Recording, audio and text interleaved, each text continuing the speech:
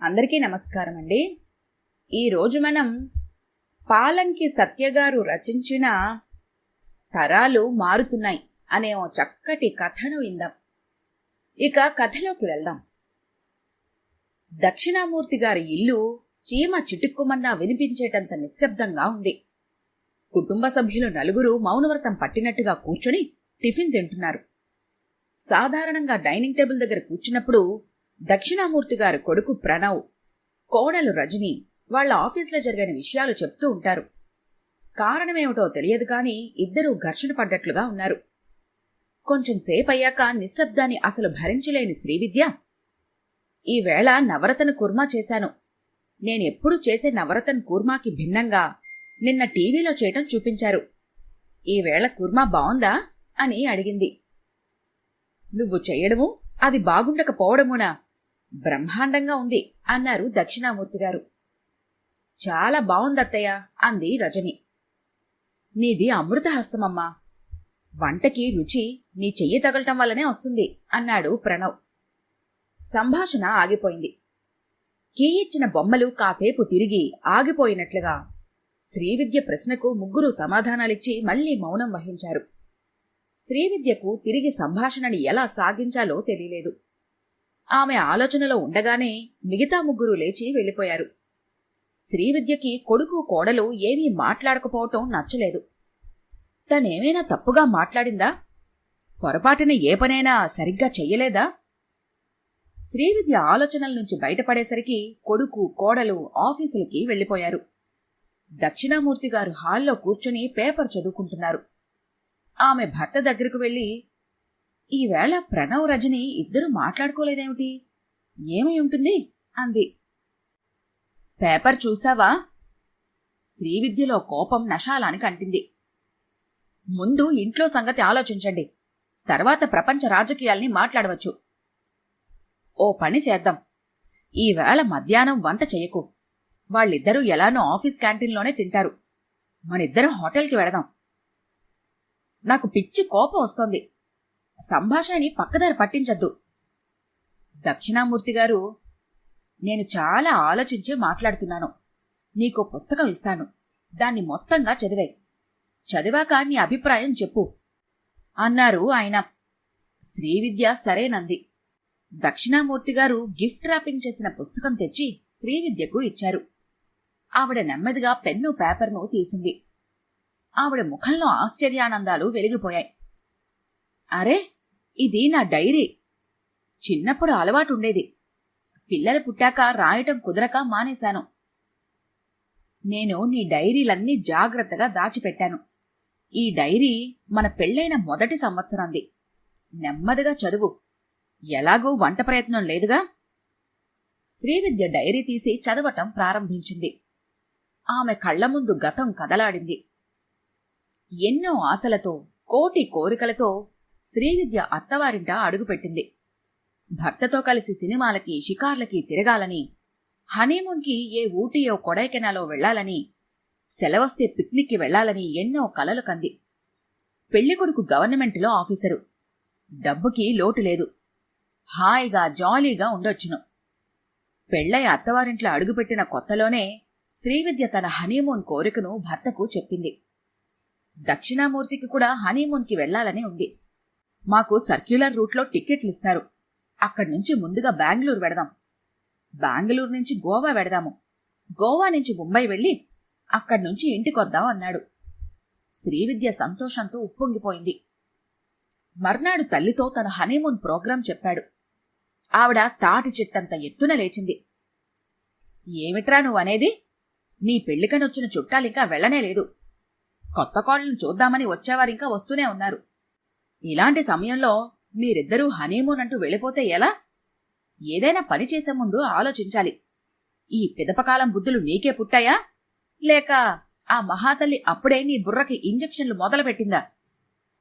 తల్లి వాగ్ధాటిని పూర్తిగా తెలుసున్న దక్షిణామూర్తి ఏమీ మాట్లాడలేదు.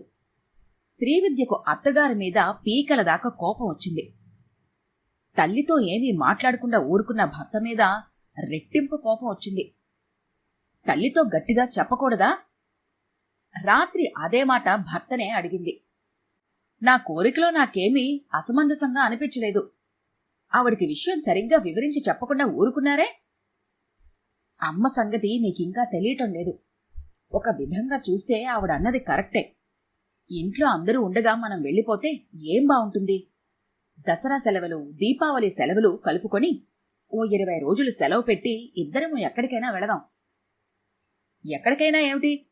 బెంగళూరో, గోవానో, ముంబైనో అన్నారుగా. ఆ మాట మీదే నిలబడండి. అలాగే. దసరా సెలవులతో కలుపుకొని 20 రోజులు సెలవు పెట్టాడు దక్షిణామూర్తి. టిక్కెట్లు కొనుక్కుందుకు వెడదామనుకునేసరికి తల్లి నుంచి తాకీదు వచ్చింది. పండక్కి మీ చెల్లెల్ని బావగారిని రమ్మని ఉత్తరం రాయి. మేము పండగలకి బెంగళూరు అవి చూడటానికి వెళ్దామనుకుంటున్నాము. చెల్లిని సంక్రాంతికి రమ్మందాం. ఎంతసేపు మీ ఆవిడ సంగతే ఆలోచిస్తావు కాని మిగతావేమీ పట్టవా నీకు? అత్తారింట్లో దాని పరువేం కావాలి? అంతగా ఎక్కడికైనా వెళ్లాలంటే ఓ 4 రోజులు మీ అత్తారింటికి వెళ్ళిరండి. ఆ రోజు రాత్రి శ్రీవిద్యని ప్రసన్నురాలని చేసుకోవటంతోటే గడిచిపోయింది దక్షిణామూర్తికి. సంక్రాంతికి తప్పకుండా వెడదామని ఆమెకి నచ్చజెప్పాడు. సంక్రాంతికి ట్రిప్పు ప్లానింగ్ చేస్తూ ఉండంగానే దక్షిణామూర్తిని అతని తల్లి అడిగింది. అబ్బాయ్, నీ ఉద్యోగంలో ఊళ్ళు తిరగడానికి వాళ్లే డబ్బిస్తారట కదా అంది. అవునమ్మా, కాని నాన్నకి పెన్షన్ వస్తుంది కదా, అందువల్ల మీ ఇద్దరికీ ఇవ్వరు. నాకు శ్రీవిద్యకు మాత్రమే ఇస్తారు. ఈ విషయం శ్రీవిద్యకి తెలుసా? నేను చెప్పలేదు, కాని తను చదువుకున్న అమ్మాయిగా మామూలుగానే తెలుస్తుంది. తెలిసినా పర్వాలేదులే. నేను నాన్న కూడా చాలా రోజులుగా ఊళ్ళు చూద్దాం అనుకుంటున్నాము. నలుగురం కలిసి వెడదాం. మీ ఇద్దరి ఖర్చు గవర్నమెంట్ ఇస్తుంది, మా ఇద్దరి ఖర్చు మేమే పెట్టుకుంటాము. పక్క గదిలో నుంచి తల్లి కొడుకుల సంభాషణ వింటున్న శ్రీవిద్య పళ్ళు నూరింది. అత్తమామలకు కాశీ రామేశ్వరాలు చూడాలని ఉంటుంది. తనకు కాశ్మీరు, కొడైకెనాలు చూద్దామని ఉంటుంది. అందరము కలిసి ఎలా వెళ్లటం? ఎక్కడికని వెళ్లటం? ఒక్క సినిమా చూడటానికే గగనం అయిపోతుంది. ఏనాడైనా సినిమాకి వెడదామని మనసులో అనుకునేసరికి అత్తగారు ఆ సంగతి పసిగట్టేస్తుంది. ఆ రోజు ప్రోగ్రాం అప్పడాలు ఒత్తడమో, వడియాలు పెట్టడమో మొదలు పెడుతుంది. తను అత్తగారి పొజిషన్లో ఉంటే తనే కోడలతో అలా సరదాగా వెళ్ళిరండి అంటుంది తప్ప కోడల్ని వంటింటికి పరిమితం చెయ్యదు.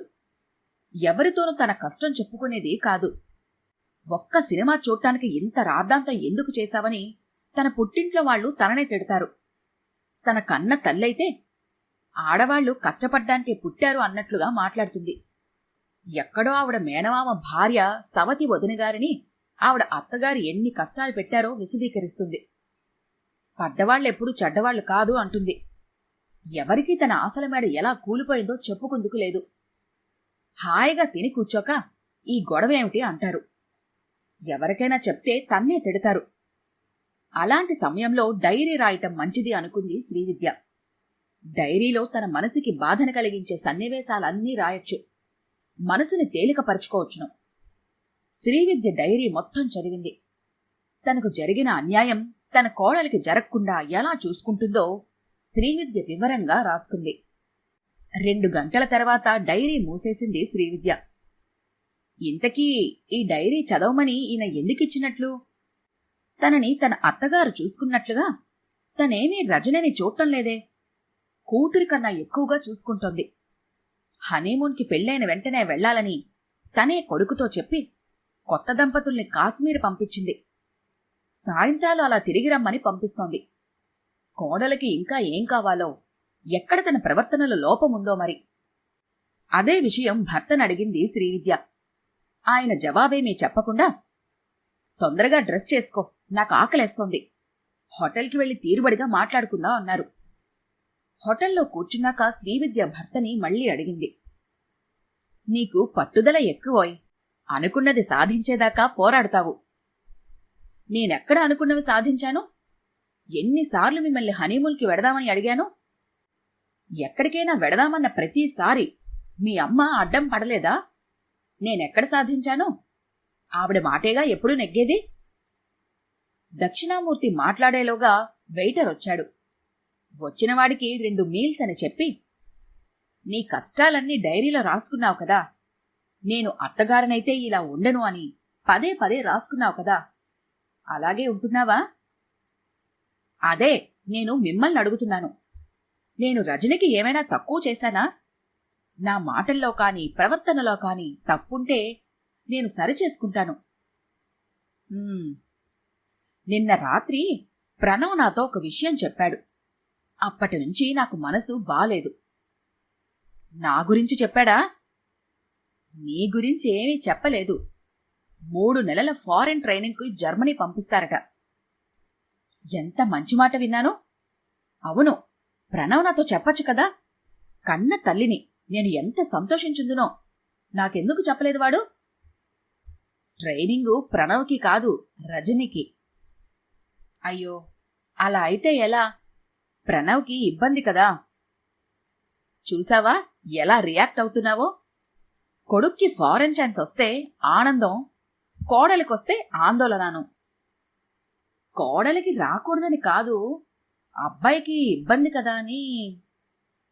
నిన్న రాత్రి చాలాసేపు నాకు నిద్ర పట్టలేదు. బాల్కనీలో కూర్చున్నాను. అబ్బాయి గదిలోంచి మాటలు వినిపించాయి. కాసేపయ్యాక అబ్బాయి వచ్చి బాల్కనీలో నాతో పాటు కూర్చున్నాడు. అప్పుడే వాడు నాకు విషయం చెప్పాడు. రజనికి వెళ్లటం ఇష్టం లేదు. 3 నెలల పాటు ఇంటి బాధ్యత మొత్తం అత్తగారి మీద పడేయటం ఆ అమ్మాయికి ఇష్టం లేదట. అబ్బాయి వెళ్లమంటున్నాడు. ఈ ట్రైనింగ్ ఛాన్స్ వదులుకుంటే ప్రమోషన్లు ఆగిపోవచ్చంట. ఏదో రజని సరదా పడుతోందని చెయ్యనిస్తున్నాం కాని తను సంపాదించకపోతే మనకి గడవదా ఏమిటి? వెయిటర్ భోజనాలు తెచ్చిపెట్టాడు. దక్షిణామూర్తి అన్నం కలుపుకుంటూ, ఫారెన్ ఛాన్సు నీ కూతురికో కొడుక్కో వస్తే వదులుకోనిస్తావా అన్నారు. శ్రీవిద్య మాట్లాడలేదు. నువ్వు ఉత్తమ అత్తగారు బిరుదు కోసం చాలా తాపత్రయపడుతున్నావు. కోడల్ని కొడుకుని హనీమూన్కి నువ్వే పంపావు. సాయంత్రాలు సరదాగా తిరిగి రండని పంపుతావు. కాని వాళ్ల కోరికలేమిటో అడిగి చూశావా? శ్రీవిద్య, అదేమిటి, ఎవరికైనా హనీమూనే వెళ్లాలనుండదా అంది.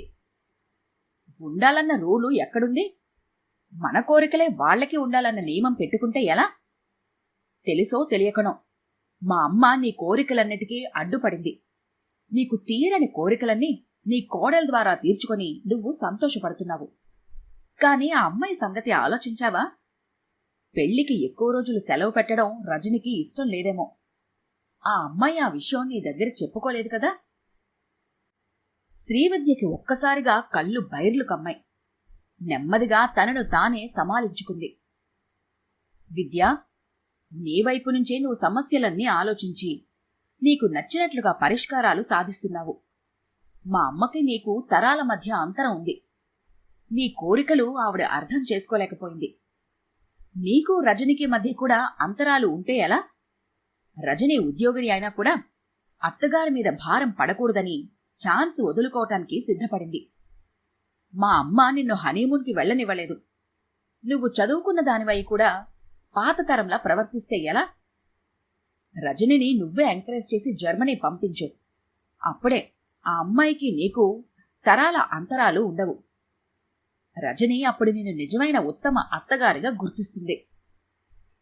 శ్రీవిద్య విషయం అర్థమైనట్లుగా నవ్వింది. దక్షిణామూర్తిగారు ఆవిడికిష్టమైన ఐస్ క్రీం ఆర్డర్ ఇచ్చారు. ఐస్ క్రీం తింటున్న శ్రీవిద్యకి ఐస్ క్రీం లాగానే తరాల మధ్య అంతరాలు కరిగిపోతున్నట్లుగా అనిపించింది. ఈ కథ కనుక మీకు నచ్చినట్లయితే లైక్ చేయండి, షేర్ చేయండి. మరిన్ని ఇంట్రెస్టింగ్ కథల కోసం మా ఛానల్ని తప్పకుండా సబ్స్క్రైబ్ చేసుకోండి.